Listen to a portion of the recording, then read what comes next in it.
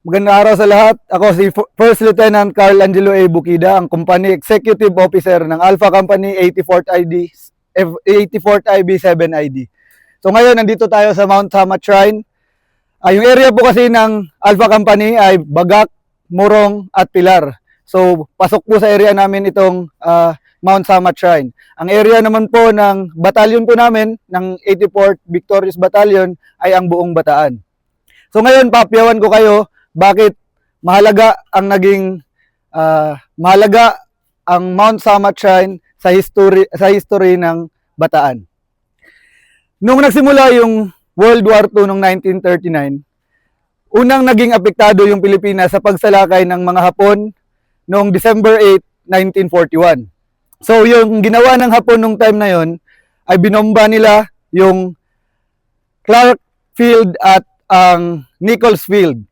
Yung Nichols Field, yun ngayon yung Villamor Air Base. At yung Clark Field naman, yan ngayon yung Clark Air Base sa Pampanga. Ngayon, after nilang binomba yung dalawang airfield, doon kasi nakatambay yung asset ng US ng time na yon. Yung tayo, nung time kasi na yon, hindi pa tayo ganun ka-develop in terms of air assets natin. So ngayon, nung binumba nila yon, meaning malaking kawalan yon sa pagdepensa sa panghimpapawid. Ngayon, pinadaong nila yung nagmass landing sila sa Lamon Bay, sa Quezon, at sa Lingayen Gulf sa Pangasinan. So yun kasing balak nila ay kunin yung capital, which is yung Manila. So yun, yung Lingayen Gulf kasi is northwest part siya ng northwest part ng Manila, at yung Lamon Bay naman sa Quezon ay southeast part ng Manila. So ngayon, nung maiipit na yung Manila, nag-decide si General MacArthur ngayon na i-pull out yung tropa at patrasin dito sa Bataan. Yun na yung naging move niya, yun yung naging solusyon niya para hindi na madamay pa ang civilian sa patuloy na pambubomba ng mga Hapon nung time na yun. So yun yung dahilan bakit umatras yung tropa ng nating mga Pilipino at yung US Armed Forces in the Far East. Yun yung dahilan bakit umatras dito sa Bataan. So ngayon, umatras sila na Bataan, patuloy silang hinahabol ng mga persa ng kalaban. Noong patuloy silang hinahabol ng persa ng kalaban at ginagamit nila yung delaying tactics na tinatawag. So, yung delaying tactics kasi, ginamit nila yon kasi inaasahan sana nila na magkakaroon ng tulong yung US nung time na yon. So pilit nilang habang patras sila, dinidelay nila, sinisira nila yung mga critical na infrastruktura, tulay, para ma-delay lang yung pag-abante ng kalaban. Yun yung ginawa nila hanggang sa umabot sila dito sa Mount Samat. Ngunit tumagal yung digmaan. Marami kasing battles na nangyari dito. Battles of the Points, yung dumaong yung ginamit naman yung shoreline ginamit ng Hapon yung mga shoreline dito kasi yung itong area kasi na to ay napapalibutan ng tubig. Yung Bataan nga pala ay isang peninsula. Ngayon, after months ng labanan, hindi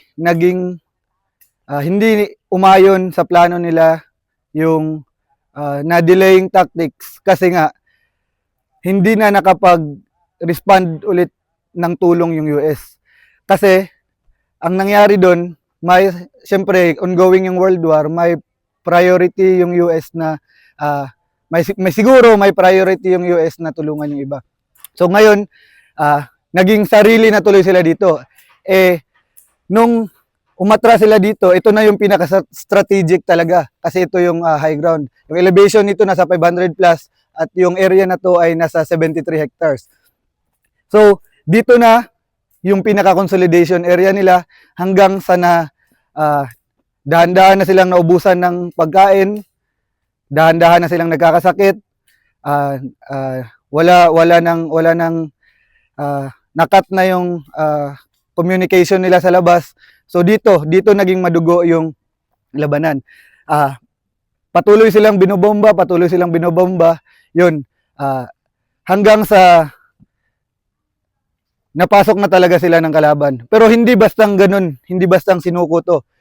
Alam natin lahat gaano katagal yung 3 months para labanan, para depensahan itong lugar na to. Nakakalungkot lang isipin na naging kumbaga naging lessons learned yung nangyari sa area na to.